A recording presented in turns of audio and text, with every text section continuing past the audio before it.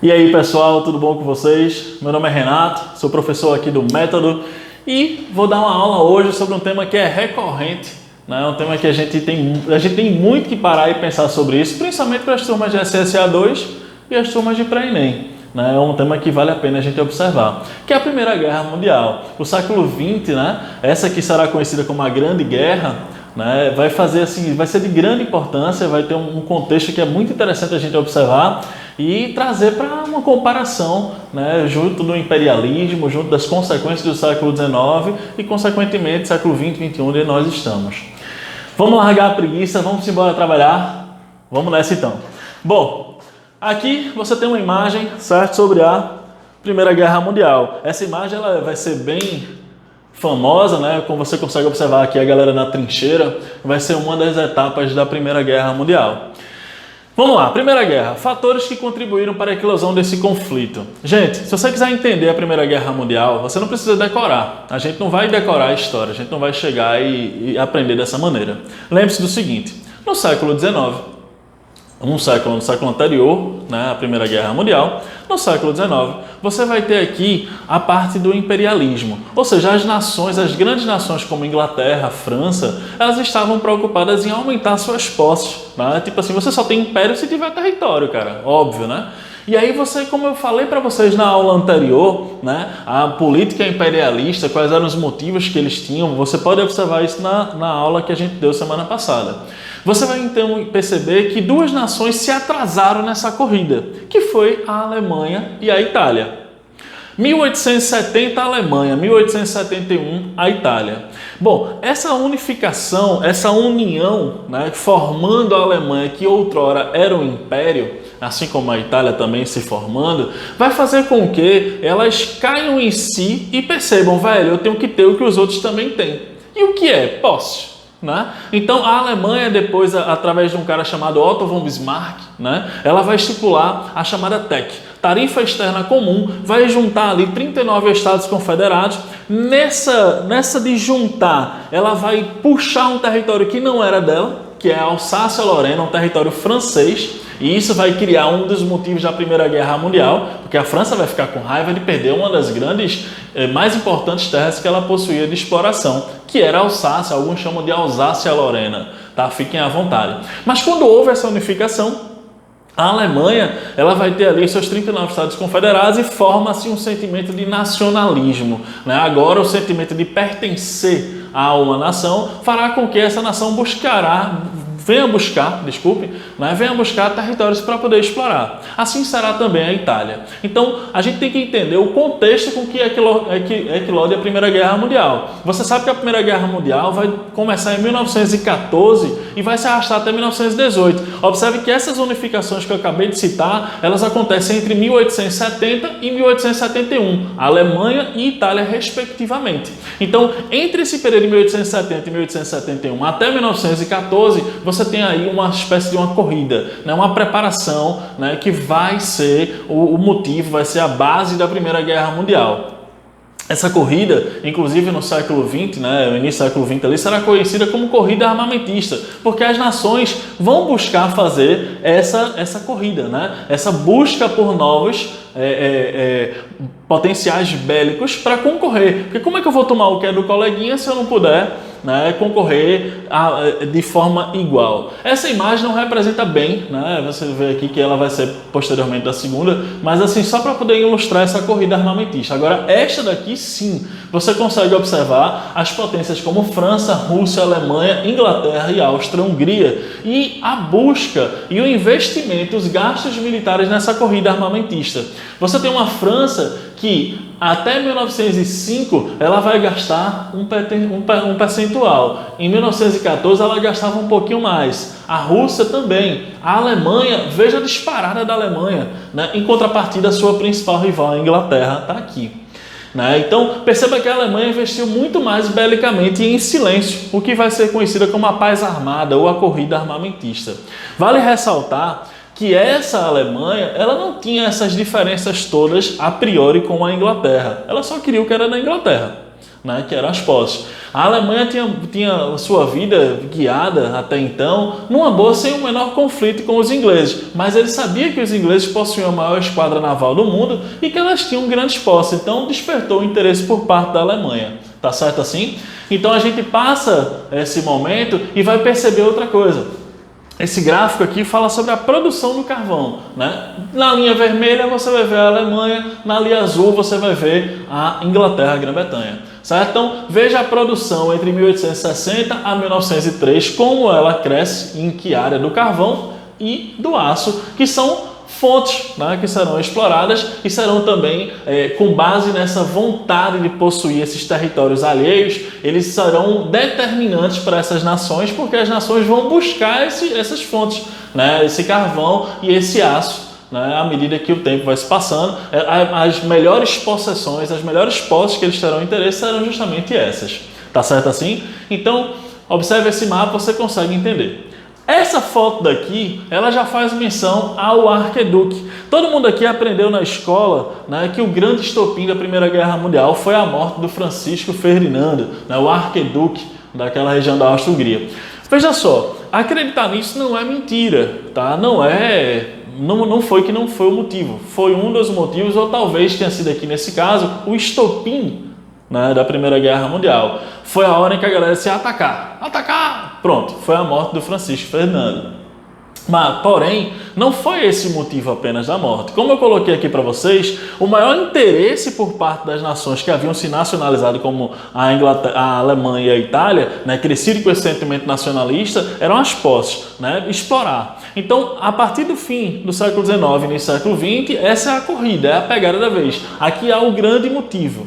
Também houve o revanchismo francês. Como eu disse a vocês, ao unificar essa Alemanha, ela roubou um território na Guerra Franco-Prussiana, né, do que será, né, do território que era da França. E aí pegou a Alsácia-Lorena. E isso despertou o quê? Raiva por parte da França. Mas a França não tinha condições de atacar, né? Ela tinha perdido a Guerra Franco-Prussiana. Então isso já é um segundo ou terceiro motivo da guerra. Agora, se você quiser entender o porquê do Francisco, então, seu estopim, eu vou precisar levar vocês para um mapa, né? Deixa eu pegar um mapa que seja aqui melhor, que talvez represente com mais clareza essa informação para que a gente possa compreender o porquê da morte desse sujeito, do Francisco Ferdinando, ser tão importante.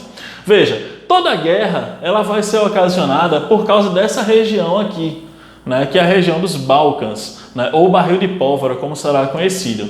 Todas as nações, como elas estavam nessa corrida imperialista que eu venho citando, queriam esse território daqui porque, de certa forma, era passagem para todos os lados. Então, possuir os Balcãs seria de grande importância.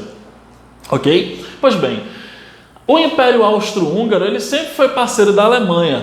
Até aí, não resta dúvida. A própria cor aqui já lhe ajuda a inferir essa informação. Mas a Alemanha e a Áustria-Hungria, em outro momento, até já foram parceiras da Rússia. Né? Já houve o triplo império, a reunião desses três impérios já eram unidos para poder formar essa aliança. No início do século XX, essa Rússia se desmembrou justamente por causa do conflito sobre a possessão disso aqui. Porque a Rússia, assim como a Sérvia, queria fazer uma espécie de grande Sérvia, né? De uma espécie de uma coisa maior. Né? Então, precisava dessa região dos Balcãs, mesma região que o Império Austro-Húngaro, sempre parceiro da Alemanha, né? Sempre próximo aqui da Alemanha, também queria. Então, esse conflito fez com que a Rússia se afastasse. Né? Então você tem aqui toda uma intenção, todo o motivo pelo qual é essa região dos Balcãs.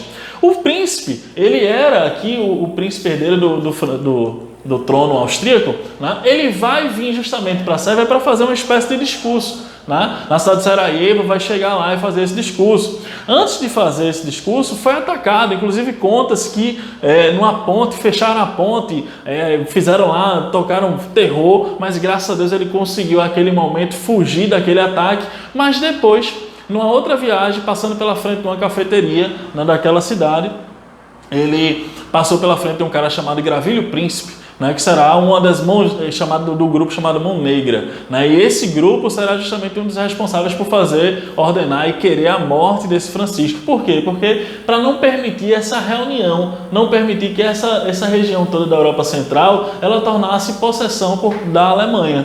Então aqui vai rolar essa morte e é nesse momento que a Rússia vai perceber, né, junto com a França, né, e consequentemente com a Inglaterra, que está crescendo demais essas possessões, a gente precisa fazer alguma coisa, senão a gente vai perder nosso canal de acesso. Então, se você quiser entender os motivos da Primeira Guerra Mundial, como eu coloquei aqui para vocês, fazendo uma reciclagem para poder você organizar suas ideias, você tem, primeiro, a Alemanha e a Itália que saem nessa corrida imperialista tardiamente, por isso são chamadas de unificações tardias. O que é que elas querem? As mesmas coisas que a Inglaterra e que a França também desejam. E aí, isso é um dos primeiros e maiores motivos que a gente falou na aula passada do imperialismo. Segundo motivo que você vai precisar lembrar, a França perdeu a região da Alsácia-Lorena na reunião dessa Alemanha. Então, ao perder um território da Alsácia-Lorena, criou um revanchismo francês. Essa perda se deu na Guerra Franco-Prussiana que eu citei para vocês, em que a França levou a pior e a Alemanha ganhou. Né? Quando eu falo Prússia e Alemanha, você entende a mesma coisa, tá certo?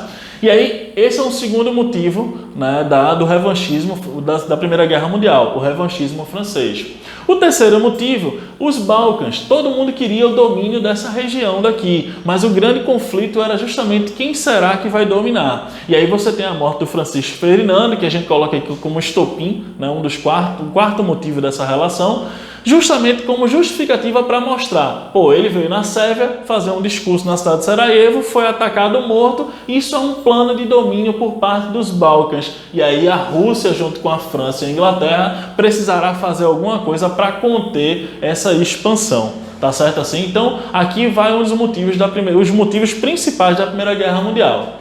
Retornando para aquele mapa lá em que a gente estava, aquele início, aqui você tem a foto, né, que mostra a ilustração, né, uma ilustração que mostra o Gravilho Príncipe matando ele e sua esposa, né, num atentado que foi na cidade de Sarajevo, que foi o estopim da Primeira Guerra Mundial. Pois bem, como então aconteceu a guerra? A gente conhece os motivos, mas como ela realmente aconteceu? Todo mundo que se envolveu nesse conflito vinha de um período, vinha de uma ideia de que era rico, né? Os países principalmente envolvidos nesse conflito achavam-se ricos, estavam com uma possessão incrível de ferro, de aço, de carvão, então todo mundo achou que rapidamente resolveria o conflito. O que eles não sabiam é que a Alemanha estava vindo se armando, estava se preparando para aquele momento há muito tempo. E aí, quando a guerra acontece com a morte do Francisco Ferdinando, isso tem o estopim, você vai ver ali, a partir de 1914, o estopim desse conflito, essa saída para o conflito, e o que deveria durar 4 meses, vai durar aí cerca de 4 anos de conflito. Todo mundo que se envolveu ajudou e achou que, vou lá, vou dar minha mãozinha, vou participar desse conflito, porque a minha Inglaterra, a minha França, né, o meu país europeu está me garantindo uma vida super maravilhosa, né, o que a gente conheceu aqui no início do século XX como a chamada Belle Époque. Né, então a galera achava assim, a energia solar, a energia elétrica ela estava rolando ali no primeiro momento e a galera pirando, né, a cidade estava iluminada, né, então a galera olhava para aquilo e via muito progresso. Quando se falou em guerra, a galera disse, não, eu vou lá e vou ajudar. Todo mundo achando que duraria cerca de 4 meses e no Natal já estaria com suas famílias para jantar. O problema é que essa guerra vai se estender por 4 anos, justamente porque ninguém esperava que o inimigo tivesse armado da forma como esteve.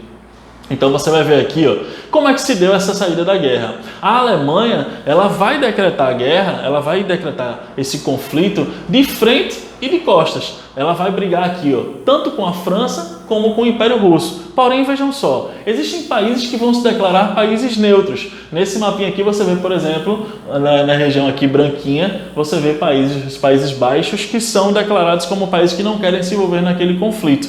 E é justamente por eles, como por exemplo a Bélgica, que a Alemanha vai começar a atacar, mesmo eles se declarando, né, ausentes do conflito. Por quê? Porque a França sabia que a Alemanha viria a atacá-la. A declaração de guerra de fato aconteceu. Então protegeu bem suas fronteiras e não esperava que a Alemanha pudesse atacar por um país que se declarava neutro. Esse momento da guerra ficou conhecido como o estupro da Bélgica, porque a Alemanha passou por cima e fizeram grandes atrocidades com a população daquela região, o que despertou a vontade da Inglaterra de participar desse conflito, ou melhor, a necessidade da Inglaterra de apoiar esse conflito. Então você tem um conflito rolando daqui e outro de cá.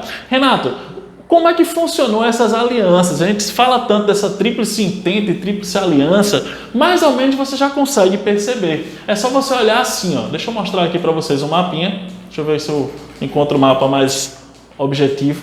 Não, já estou para frente. Renato, vamos lá, me ajuda. Aqui, pronto. É só você olhar esse mapa que você consegue enxergar. Ó. As alianças, mais ou menos como elas aconteceram. No meio você vai ter a Tríplice Aliança. Nas extremidades, a Tríplice Entente. Vejam só, a França e a Inglaterra sempre foram inimigas. Você sabe que esse conflito, Guerra dos 100 Anos e tantos outros conflitos que haviam entre as duas. Mas agora é aquela história, inimigo do meu inimigo é meu amigo. Né? Então elas precisaram se unir. A Rússia estava com parceria também com a Sérvia, né? Porque elas tinham interesse em comum, a ideia sanguínea, né? O eslavismo, a ideia de que iam fazer uma grande nação. Então a Sérvia manda recado para a Rússia, que é parceira da Inglaterra e consequentemente da França. Aqui você tem uma reunião de pessoas que deixam de lado seus propósitos, como a França e a Inglaterra, suas brigas antigas, seculares, né, por uma coisa maior, que é o controle dessa civilização, principalmente da Alemanha, que está ali, ó, tocando terror. Do lado de cá, você vai ter a Alemanha e a Itália, que, como eu disse a vocês, se unificaram tardiamente. E, consequentemente, a Áustria-Hungria, que era uma reunião. Dentro da Áustria-Hungria, você tinha todo tipo de povo. Né, austríaco, de todas as nacionalidades, você tinha gente aqui fazendo parte da Áustria, mas ela é considerada uma espécie de anexo da Alemanha. Então aqui você tem a Tríplice Aliança e aqui você vai ter a Tríplice Entente. Né? Entente, se você pegar a palavra, significa acordo, né, em francês. Então assim, por isso ficou esse nome, tá? Esse acordo vai acontecer, chamada Tríplice Entente, e aqui no meio a Tríplice Aliança. Pois bem, resumidamente a nossa história, a gente falou sobre os motivos, né, os principais motivos da Primeira Guerra Mundial, fala sobre a questão das alianças e efetivamente como começará esse conflito, a partir do estopim da morte de Francisco, a gente também citou, mas como ela vai ser dividida, tá aqui, ó. Vou mostrar para vocês um mapazinho, uma coisa mais prática para poder a gente entender. A Primeira Guerra Mundial, ela vai ser dividida aqui em 3 etapas distintas. Esse é o grande calo e é o grande motivo pelo qual as pessoas confundem bastante. Como eu disse a vocês, ela começa em 1914 e ao ter início, né, ao ter o estopim da guerra com a morte do Francisco Ferdinando, a galera vai todo mundo para cima. Sendo que, como eu disse também, ninguém esperava que o inimigo estivesse bem armado, né, e pudesse oferecer alguma espécie de resistência. Então, a primeira guerra vai ser chamada, a primeira etapa da guerra é chamada de etapa de movimento. É quando é o momento que a galera sai para o conflito e está se movimentando. Né? Que movimento é esse? Eu mostrei aqui no mapa e volto a mostrar daqui a pouco. A Alemanha saindo para atacar a França, também declarando guerra para a Rússia, né? Então é um momento de movimentação. Quando se toma consciência de que o meu inimigo também está armado, a gente entra na segunda fase, que é a fase das trincheiras. É aquele momento em que morte de cá e morte de lá, a gente percebe que a gente não está ganhando e a gente está tendo boas baixas, né? Efetivamente falando de pessoas. E aí a gente começa a cavar buracos, trincheiras para poder sobreviver e esperar, né, ficar ali trocando tiro. Né? Você tem de um lado uma trincheira, do outro outra trincheira e no meio a terra de ninguém, né? Cheio de arame farpado e minas terrestres para poder não permitir que o inimigo avance. À medida em que essas trincheiras vão acontecendo e o país vai conseguindo atacar, essa trincheira daqui, o perdedor vai recuando e cava novas trincheiras. Essa brincadeirinha de trincheiras vai durar cerca de 2 anos. Então, imagina isso no psicológico das pessoas que saíram de casa, né, julgando que voltariam rapidamente, né, e se encontraram num conflito de 4 anos, dos quais, desses 4, 2 foram inseridos em trincheiras, morando muitas vezes com ratos. E aí você tem aqui a imagem, né, de, por exemplo, dessas pessoas lá, todo mundo sujo, sem tomar banho, né, sem fazer asepsia, sem fazer ter nenhum tipo de cuidado, num local úmido, né, convivendo com animais. Está aqui um exemplo das trincheiras e como eles faziam, né, arame farpado, a terra de ninguém, sempre de olho no inimigo próximo para defender a sua linha. Bom, alimentação, muitas vezes se alimentavam dos próprios ratos. Percebam que essa imagem é muito forte, mas ela representa um pouco do sofrimento e também da alegria por ter encontrado o rato para comer, porque a fome acontecia.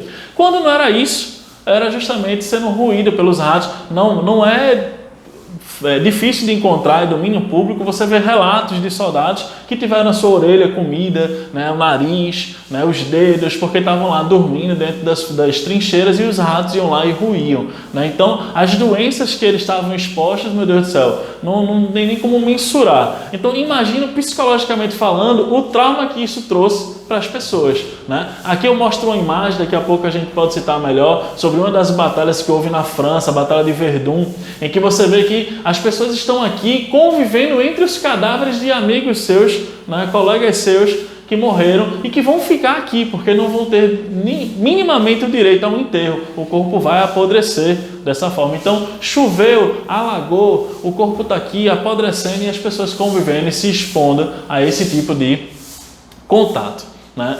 Foi uma situação bem complicada que vai durar, como eu disse a vocês, cerca de um total de 4 anos, divididos entre guerra de movimento, guerra de trincheira e novamente fim da guerra, que a gente também conhece como guerra de movimento, etapa 2, né? ou também simplesmente guerra de movimento novamente. Aí você diz, Renato, tá, até aqui eu entendi, mas o que é que estipulou esse movimento da trincheira voltar a ser, né, um movimento de novo, né? A gente estava falando sobre o momento do atacar, existem frentes, né? Aqui, ó, a frente francesa para o lado ocidental, a frente também para o lado oriental, a frente pela região balcânica e a Itália também, né? A frente por parte da Itália. A gente vê várias frentes acontecendo de conflito, como eu vou mostrar daqui a pouquinho no mapa. Mas todo mundo se chocou, percebeu, puxou o freio de mão, cavou a trincheira e ficou lá, atirando um contra o outro, né? Fazendo esse tipo de coisa. A trincheira aconteceu 2 anos. E o que é que retorna a fazer a guerra, né? Voltar a ter movimento, né? E, consequentemente, o seu desfecho, o seu fim.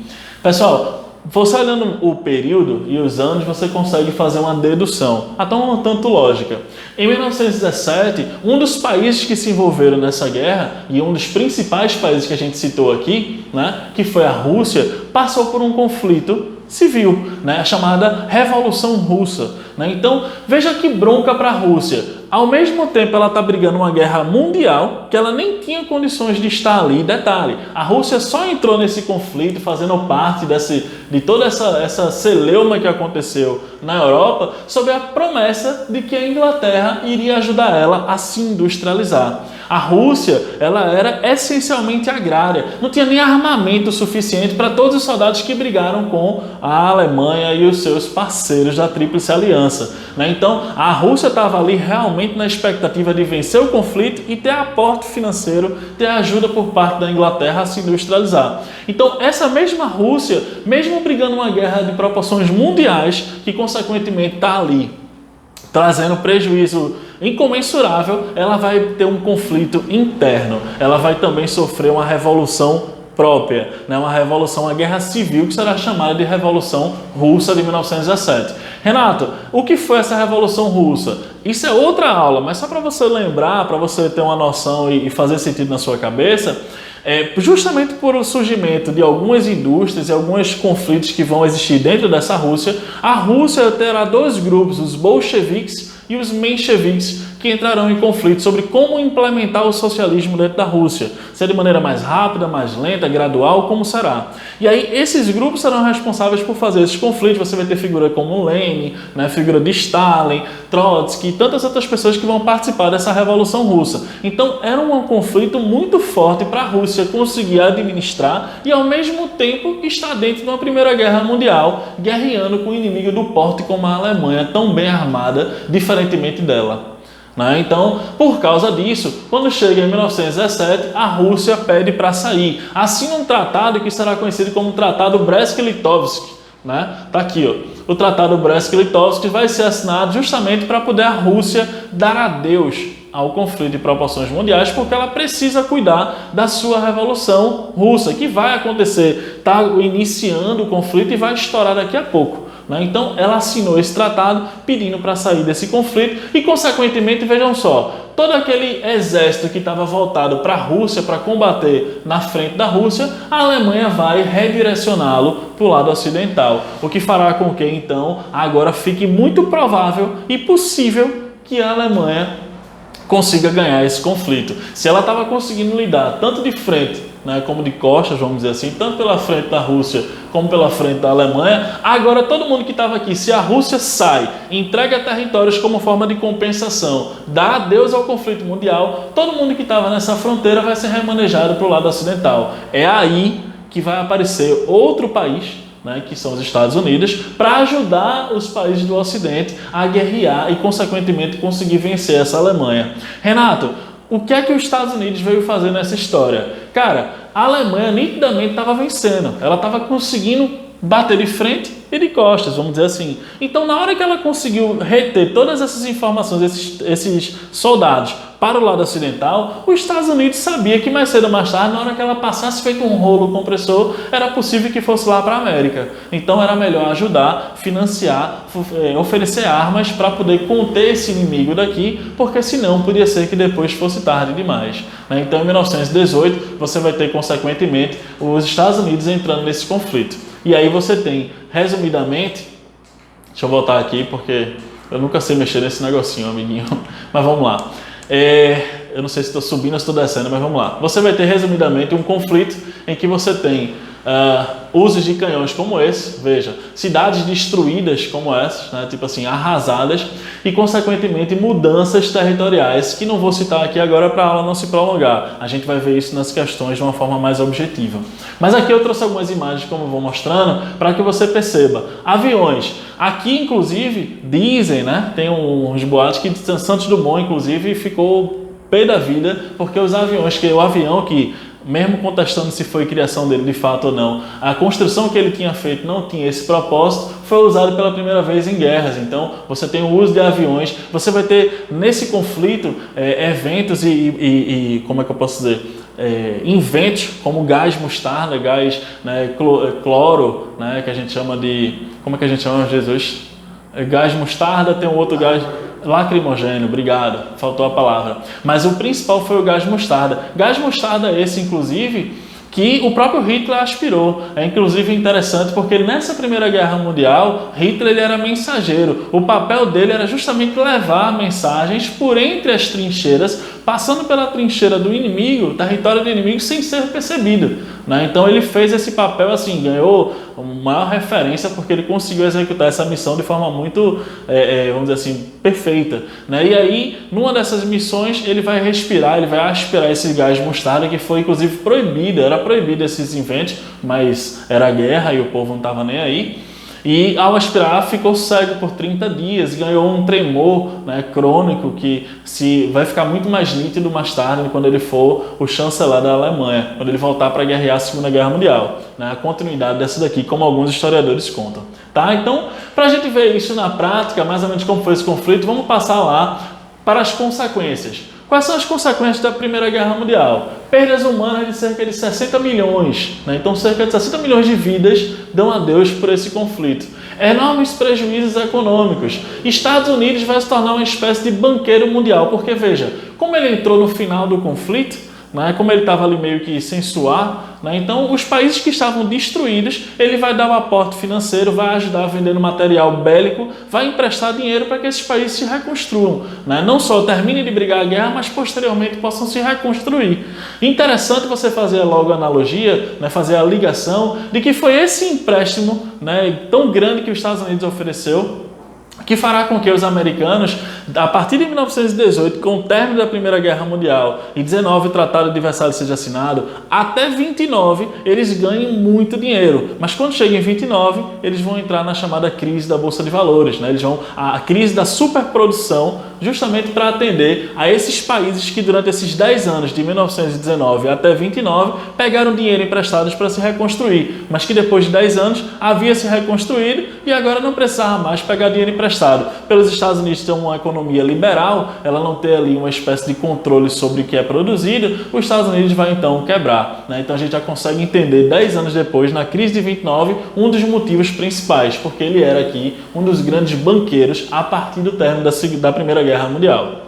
Outra coisa que é interessante, a incorporação da mulher no trabalho. Isso aqui foi interessantíssimo, trouxe consequências positivas para a vida, né? Porque à medida que muitas mortes, baixas foram dadas, as mulheres passaram a ter que sair de casa, né? Sair daquele trabalho familiar e também se lançarem no mercado de trabalho.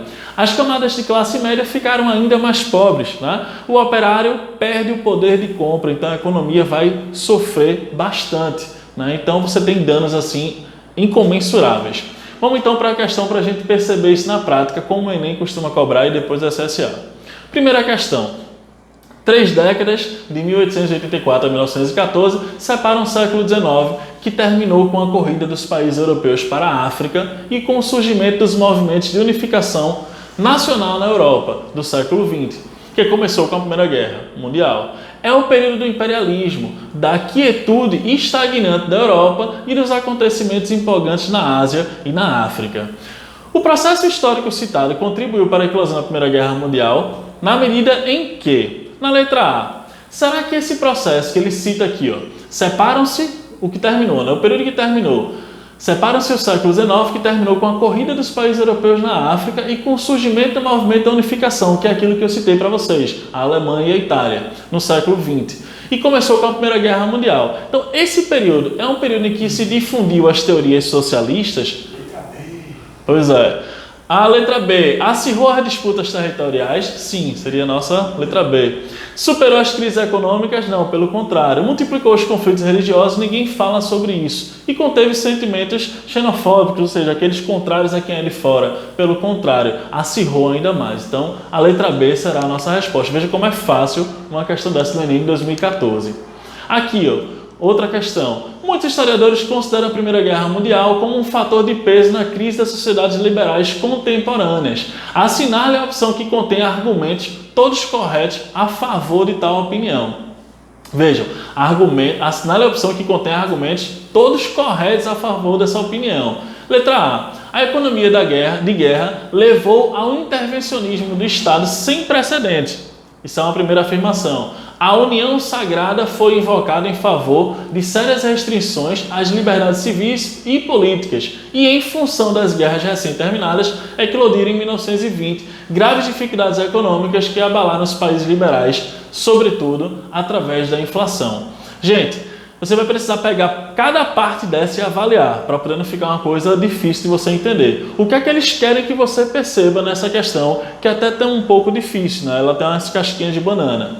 Vejam só, consideram a Primeira Guerra Mundial como um fator de peso na crise das sociedades liberais contemporâneas. Então, o que é que faz uma sociedade liberal contemporânea ter crise? Aí ele vai dizer, será que é porque a economia de guerra levou ao intervencionismo do Estado, ou seja, o Estado precisou intervir na economia de forma assim, sem precedentes? Outra opção, a União Sagrada foi invocada em favor de sérias restrições às liberdades civis, ou seja, se proibiu a liberdade de ir e vir em prol do todo, né, para poder conseguir lidar com isso, em função da guerra recém-terminada. Né? Em 20, graves dificuldades econômicas abalaram os países liberais. Sim, os países também estavam lascados, estavam ruins das pernas, por quê? Porque não tinham dinheiro para se manter. Né, e sobretudo através da inflação. A inflação era justamente o que os americanos ganhavam em cima, né, emprestavam dinheiro e ganhavam em cima. Então você tem aqui uma letra A que ela parece, né, e consequentemente é o nosso gabarito, né, afirmar tudo de uma forma muito real. Na letra B, você vai perceber diferente. Você vê assim, em todos os países a economia de guerra forçou a abolir os sindicatos. Pelo contrário, né, a galera meio que... Isso fez o povo perceber assim, a importância de um sindicato para representar. Confiscar fortunas privadas e fechar parlamentos. Não se fala sobre isso. Né? Não tem nada a ver com essas crises liberais econômicas. Na C, durante a guerra foi preciso instaurar regimes autoritários e ditatoriais. Veja, isso daqui vai ser uma espécie de saída, porque como a Rússia não deu certo com a Revolução Russa, né, não vai dar certo, e a sua crise em 29 vai ficar muito claro isso, né, que a não intervenção do Estado na economia é algo ruim, aí vai se dizer, então vamos para a extrema direita. Aí vai surgir a figura de regimes autoritários e ditatoriais como uma saída, mas isso é posteriormente, não é durante esse período, tá? Então, e aí ele vai dizer, na letra D, a guerra transformou estados antes liberais em gestores de economia militarizada. Não tem nada a ver. Derrotadas na Primeira Guerra Mundial, as grandes potências liberais, seria os Estados Unidos, que não foi derrotado, foram por tal razão impotentes para conter o desafio comunista e o fascismo. Não foi o caso. Então a nossa letra A é a nossa resposta. Enem mais antigo, de 2009, bem rapidinho. A primeira metade do século XX foi marcada por conflitos e processos que a inscreveram como uma das mais violentos períodos da história humana. Entre os principais fatores que estiveram na origem dos conflitos estão: letra A, a crise do colonialismo, será que foi isso? a ascensão do nacionalismo e do totalitarismo. Foi isso que aconteceu na Primeira Guerra Mundial? Não, não foi uma crise de colonialismo. Não teve isso como fator. Pelo contrário, foi uma expansão, a ideia de querer se expandir, né? De querer aumentar suas posses. A ascensão do nacionalismo, esse sentimento de pertencimento e do totalitarismo, a ideia, sei lá, que vai existir na Itália com Mussolini ou na Alemanha com Hitler, não será o caso, tá? Na letra B, você tem aqui, cadê? A, B, C... Aqui, vamos lá, letra B. O enfraquecimento do Império Britânico, a Grande Depressão e a corrida nuclear. Não é isso? C, o declínio britânico, o fracasso da Liga das Nações e a Revolução Cubana. Veja, a Revolução Cubana é 1959, né? Bem lá na frente. Liga das Nações, tudo bem, vai mostrar o fracasso. Né? Corrida armamentista, o terceiro mundismo e o expansionismo soviético. A Revolução Bolchevique, o imperialismo e a unificação da Alemanha. Pronto, a letra E é a que responde. Tanto na Rússia está rolando a política imperialista do todo e a unificação da Alemanha de querer as mesmas coisas que todo mundo tinha. Então, a nossa letra E é a nossa resposta. Tá certo? Primeira metade, escrever exatamente. Letra E. Ok? Aqui, ó. Quarta questão. Artigos do Tratado de Versalhes. Esse tratado é aquele que foi assinado posteriormente ao término da guerra, né? Meio que para dividir, ó, a Alemanha perdeu, a gente conseguiu vencer esse conflito, vamos dividir o que ela tomou, né, e o que era dela, né? Então houve ali as pesadas imposições, não poder fazer um exército maior do que 100.000 homens, não poder investir em indústria bélica, né, e tantas outras coisas, né, pagar indenização aos países, devolver tudo que havia pego e tudo mais. Então o Tratado de Versalhes, ele é um tratado que não vai ser bacana para a Alemanha, porque vai colocar ela numa situação de desprezo total, né? Então você vai ter, ó, no seu artigo 45, a Alemanha cede à França a propriedade absoluta, com o direito total de explorar as minas de carvão situadas na bacia do rio Sarre. Veja mesmo. Artigo 119. A Alemanha renuncia em favor das potências aliadas a todos os direitos sobre as colônias ultramarinas. Detalhe, isso era horrível, né? Porque a Alemanha lançou na Primeira Guerra Mundial os seus submarinos, né? Deu uma maior canseira nessa esquadra naval, né, da Inglaterra, porque eles por baixo d'água conseguiam lá êxito, né? Mas assim, daí a ceder os direitos dessas colônias e tal, era complicado, mas foi imposto. Artigo 171. Estão proibidas na Alemanha a fabricação e a importação de carros blindados, tanque ou qualquer outro instrumento que sirva de objetos, né, a objetivos de guerra. Veja mesmo, deixou a Alemanha bem numa situação difícil. Artigo 232. A Alemanha se compromete a reparar todos os danos causados à população civil das potências aliadas e a seus bens. Vê mesmo, né? Haja dinheiro. A Alemanha vai passar por uma dificuldade financeira absurda, o que vai fazer com que as teorias, né, de Hitler e também do Mussolini, né, que ele vai se inspirar em Mussolini, vá criar um sentimento de que a gente pode sair dessa situação, de que a gente tem uma saída, sabe, se Deus quiser tudo vai dar certo e Hitler vai ser o Messias, vamos dizer assim, né, entre aspas, pelo amor de Deus, o Messias dessa nação, né? Então, assim, na prática, isso foi difícil demais para a Alemanha. Então, ele vai dizer, ó, de acordo com o texto e seus acontecimentos, é correto afirmar que o Tratado de Versalhes fez o quê? Né? Letra A. Encerrou a Segunda Guerra, fazendo com que a Alemanha perdesse as colônias ultramarinas para os países aliados. Veja, não foi o tratado em si que encerrou a Primeira Guerra Mundial, né? E aqui ele botou a Primeira Guerra, foi triste. Não tem nada a ver Segunda Guerra Mundial, pois é. Letra B. Extinguiu a Liga das Nações, propondo a criação da Organização da ONU. Não tem nada a ver. Essa questão realmente ela está aqui, ela não deveria estar, porque essa questão aqui, esse tratado, ele vai fazer uma comparação com a Segunda Guerra, né? Então acho que não é o caso da gente utilizar. Ele fala, seria aqui talvez a nossa opção, impôs sanções na Primeira Guerra fazendo surgir, pois seria a nossa resposta, letra E, mas ela fala sobre questões que não é o caso, né? Vai fazer uma analogia que não cabe a gente fazer isso aqui agora. Primeira Guerra, em relação a ela, vamos lá. Na letra A. A incapacidade dos Estados liberais em solucionar a crise econômica do século XIX colocou em xeque toda a estrutura do sistema capitalista. A instabilidade política e social das nações europeias impulsionou as disputas colonialistas e o conflito entre as potências. Será? A incapacidade dos Estados liberais em solucionar a crise econômica colocou tudo isso em instabilidade. Foram eles responsáveis por isso? Será que é essa a opção? O que é que tem de errado nela? Veja, em relação às causas da Primeira Guerra Mundial, será que é causa da Primeira Guerra Mundial a incapacidade do Estado liberal em solucionar a crise econômica do século XIX? Né? Colocou em xeque, não teve essa incapacidade, não é por causa disso, não foi por causa disso a Primeira Guerra Mundial. A letra B, a desigualdade de desenvolvimento das nações capitalistas europeias acentuou a rivalidade imperialista. Sim, a disputa colonial marcada por um nacionalismo agressivo e pela corrida armamentista expandiu os territórios de atrito entre as potências. Essa realmente será a nossa resposta, a letra B de bola. Tá certo assim? Outra questão.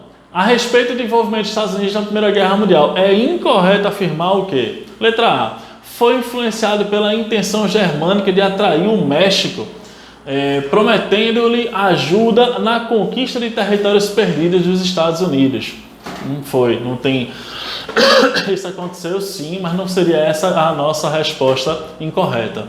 B. Os Estados Unidos financiaram diretamente a indústria bélica franco-inglesa e enviaram um dos grandes contingentes de soldados ao fronte. Sim. C. Uma possível derrota da França e da Inglaterra colocaria em risco os investimentos norte-americanos na Europa. Sim. D. Contrariando o Congresso, o presidente dos Estados Unidos rompeu a neutralidade declarando guerra às forças do eixo. É a nossa resposta. Não teve nada a ver com isso, não teve nenhuma contrariedade nesse sentido de neutralidade por parte dos Estados Unidos nesse contexto. Os Estados Unidos entrou porque tinha a perder, principalmente por causa da afirmação anterior, que era da letra A. Tá certo assim? Então por aqui a gente fica. Desejo a vocês um bom estudo, né? Então é isso. Um abraço forte, tudo de bom.